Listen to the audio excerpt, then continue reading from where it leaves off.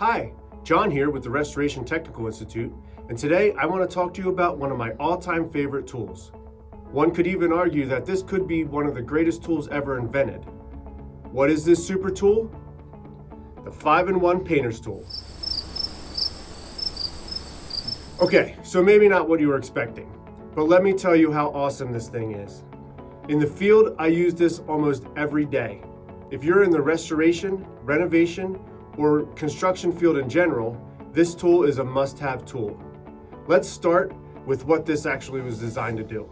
So I call all of these 5-in-1 tools, even though technically this one is called a 14-in-1 and this one's a 15-in-1. The manufacturers just keep adding little gadgets to each one to make them better. If you look at a 5-in-1, what is it? You guessed it, it's 5 tools in one. So this edge right here is used to open paint cans.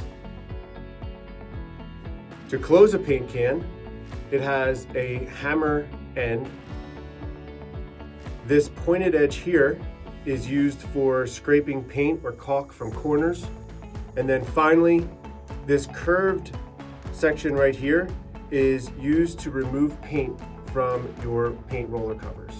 So these other tools have wrenches and screwdrivers and even can openers. But that isn't what makes these tools awesome. Let me tell you some of the other ways that I've used this tool. So this scraper edge isn't just for scraping paint. I've used it to literally scrape anything. You can scrape adhesive off of floors and framing. I've used it to remove VCT tile and even ceramic tile. Even use it as a chisel. Using a hammer on this end, you can use it as a chisel to remove dried bits of concrete on the floor. This edge is also great for removing staples from subfloors. You can use this pointed edge to pry them out, or simply just scrape across the floor to remove them. And for those stubborn staples, use this end to just pound them in. This edge is also great for removing cove base.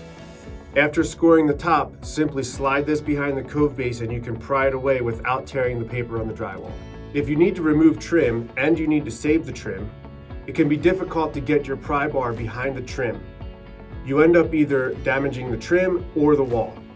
With the 5-in-1, it's skinny enough to get behind the trim, and it's also strong enough to pry that trim away from the wall enough to get your bar behind it.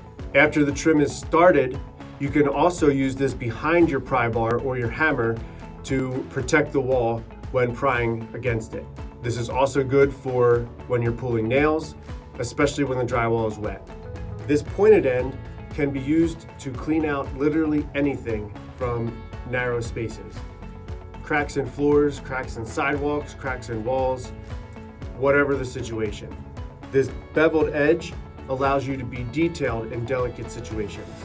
I've even used this to clean out grout lines in tile.